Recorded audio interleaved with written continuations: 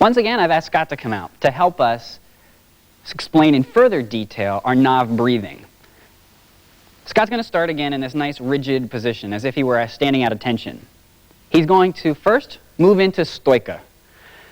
For our lower breathing, or our nav breathing, notice the hands are going to be down at the side, unlike where we had them for our upper or middle breathing.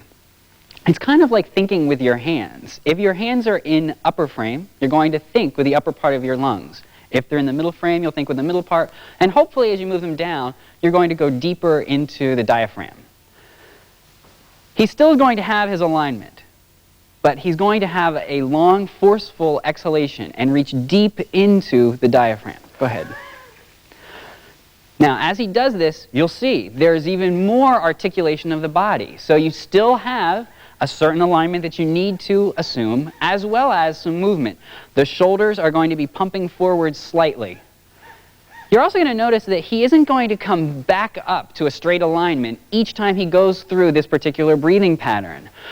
In just a few minutes, we're going to reintegrate all three breathing levels together. So we need to understand each of these positions individually.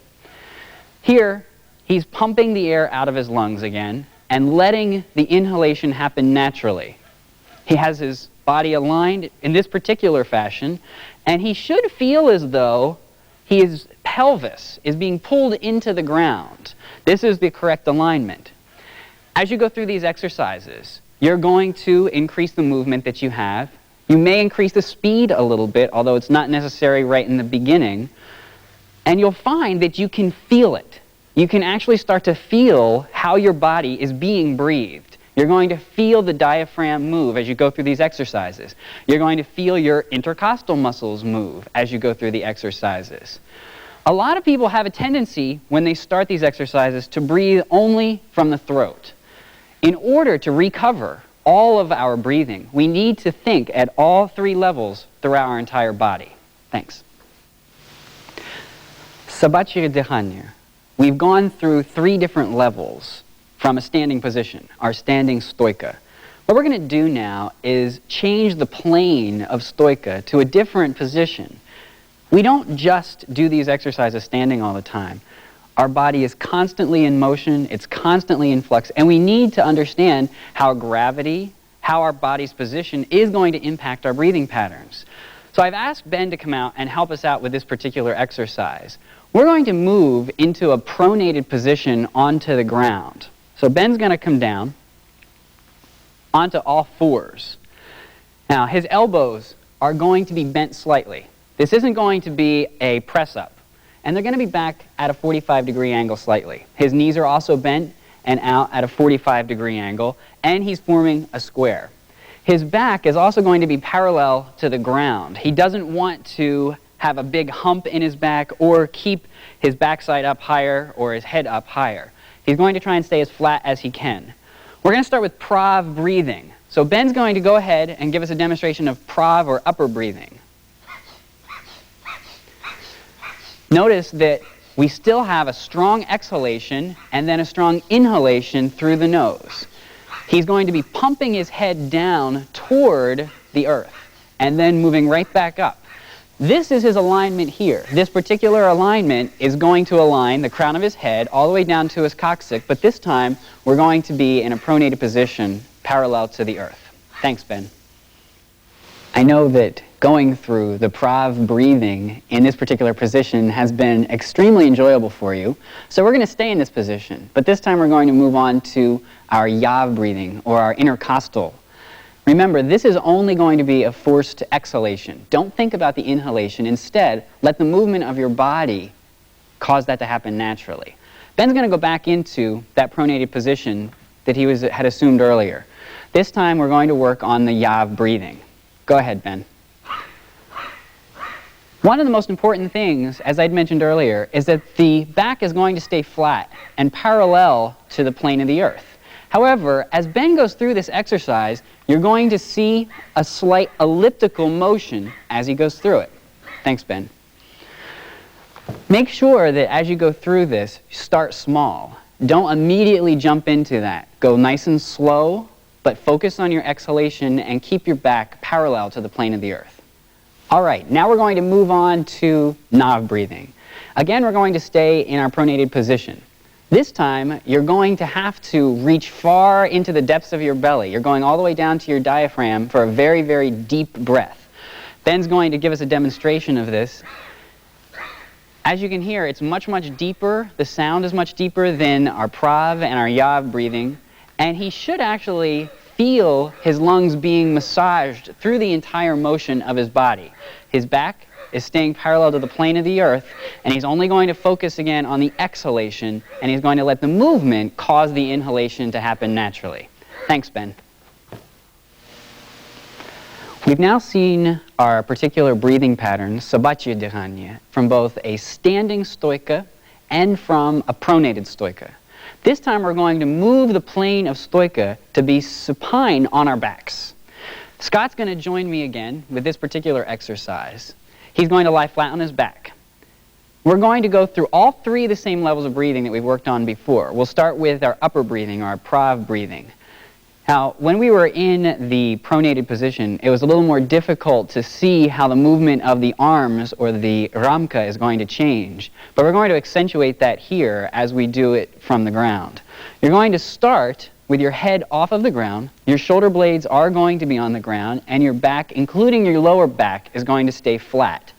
Your knees are going to be raised up into the air, slightly towards you, and ramka is going to be above your shoulders. So we're going to start with the upper breathing. Again, this is going to be a short exhalation and then another short inhalation through the nose. You'll notice that he's pumping his head perpendicular to the plane of the ground. He's not going to lift his shoulders off of the ground at all. Thanks.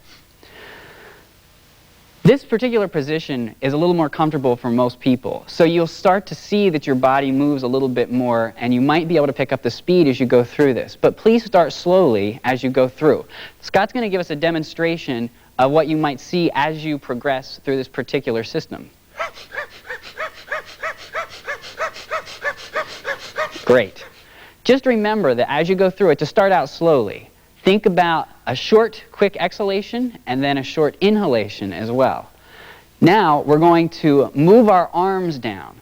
This time they're going to be right above our torso. This is going to move us into our middle breathing, or our yav breathing. Remember, yav breathing is only going to be a forced exhalation or a compressed exhalation. The inhalation is going to happen automatically.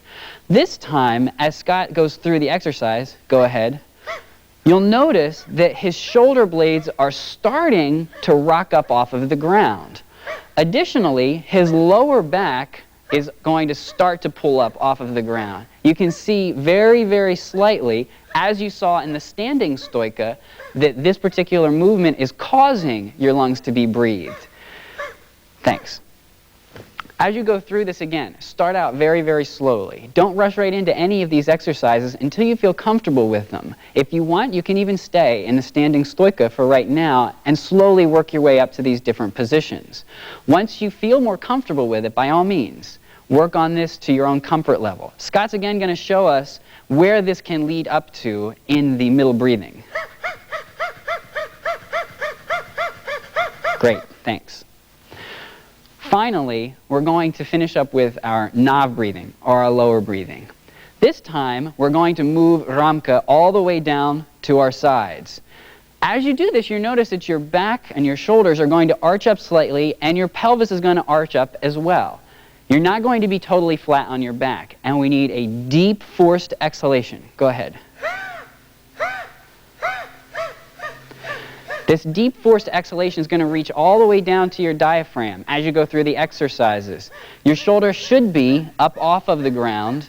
Notice that the arms in ramka are going to be very, very low, and your pelvis should be pulled up off the ground as well.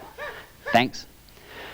Again, as with all of the other ones, don't jump right into these exercises until you feel comfortable. Each of these exercises is meant for you to explore. They're not meant as you to just do at will. Take your time. Once you reach those advanced levels, or once you feel more comfortable with it, then you can move up. And one last time, Scott's going to show us where lower breathing in the supinated position is going to take us.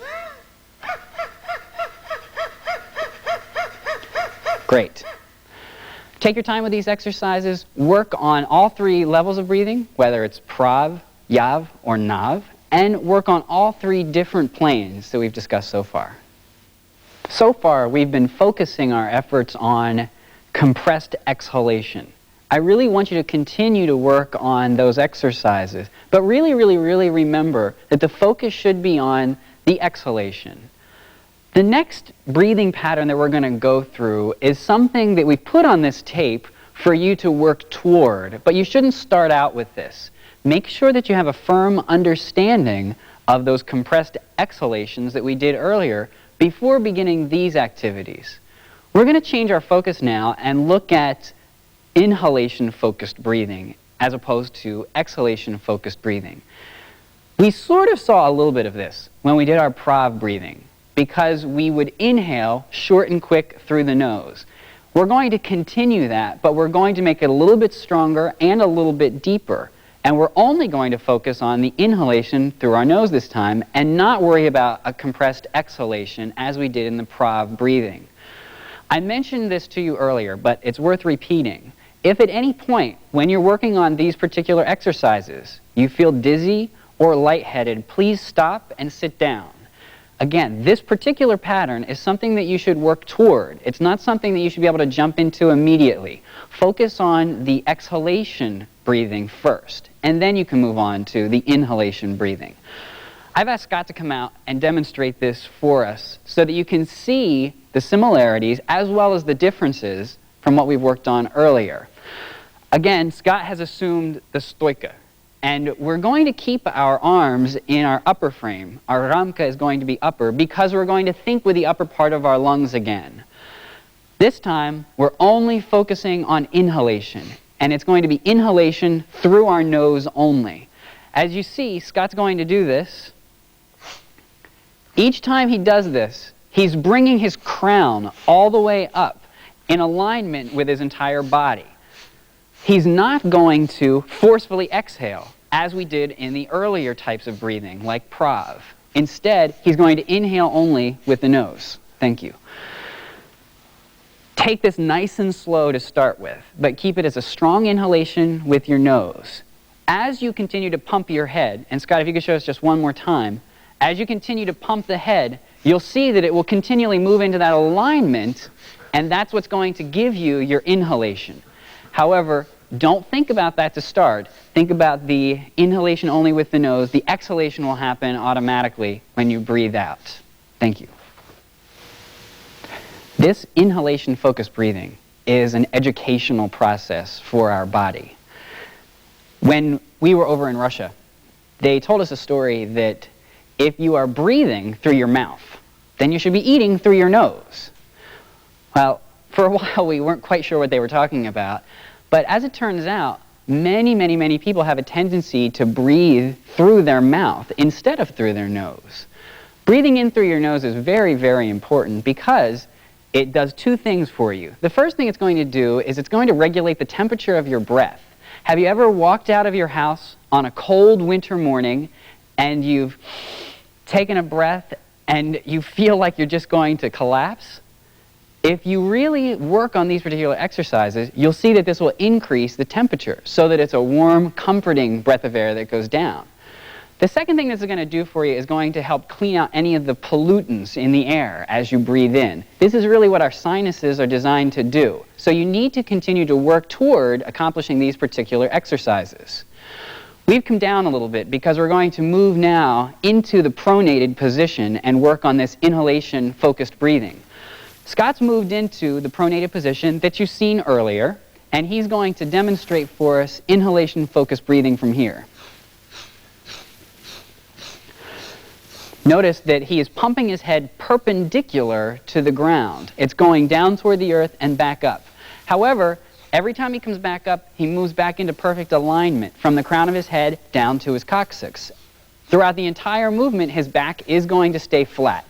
Arms are going to be bent and out slightly at a 45-degree angle, as well as his legs. Thanks.